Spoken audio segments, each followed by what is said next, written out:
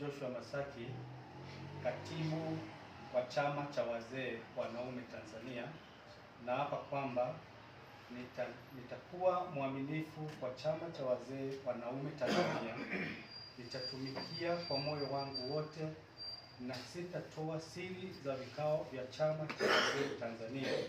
Nitahifadhi na kulinda, kutetea katiba ya chama kwa mujibu wa sheria iliyowekwa.